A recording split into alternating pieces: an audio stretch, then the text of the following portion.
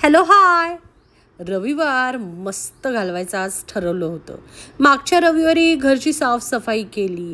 त्याच्या मागच्या रविवारी मी कामानिमित्त बाहेर गेले होते. मग यावेळी निसर्गात जायचं असं ठरवलं होतं.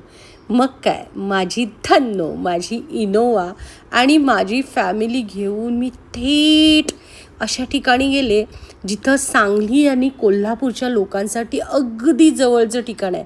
सांगलीवाल्यांसाठी अर्धा ते पाऊण तासात तिथे पोचते आणि कोल्हापूरवाले देखील तिथे पोचू शकतात. हो, सांगते मी कुठं गेले. पहा तर थोडंसं पुढं या माझ्यासोबत थोडासा प्रवास करायला. मस्तपैकी अशी गाडी माझी गेली.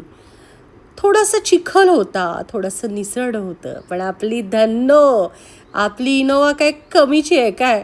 मस्त मज्जा करत करत करत आजूबाजूला झाडीतून मी गेले. इथं नक्कीच प्राणी असणार आहेत बरं का.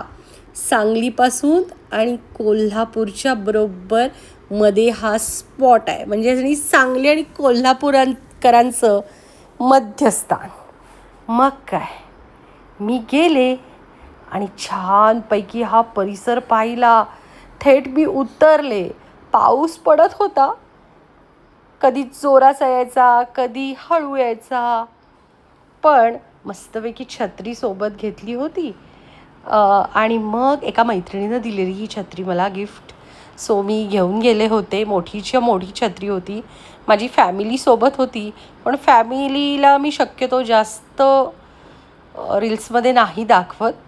आणि मस्तपैकी अशा पावसाचा अंदाज घेत घेत मी या ठिकाणी स्पॉटला पोहोचले. काय स्पॉट होता माहिती आहे? तुम्ही गेलाय का या स्पॉटला? तुम्हाला कोणाला हा स्पॉट माहिती आहे का? तर कमेंटमध्ये जरूर कळवा. अच्छा, आता मी सांगूनच टाकते. थांबा, बघितली का ही हिरवळ? हा आहे तमदलगेच्या जवळचा डोंगर. मी तिथं गेले, फोटो सेशन फुल केलं. जाताना रस्त्यात कणसाचा स्पॉट आल्या तो उजव्या बाजूला छोटंसं मंदिर आहे, ते कणसं भाजून खाल्लेली. 5 वाजलेले सायंकाळची. मस्तपैकी कणसं हाणलीत. छान फील आला आणि स्वर्गसुख हो.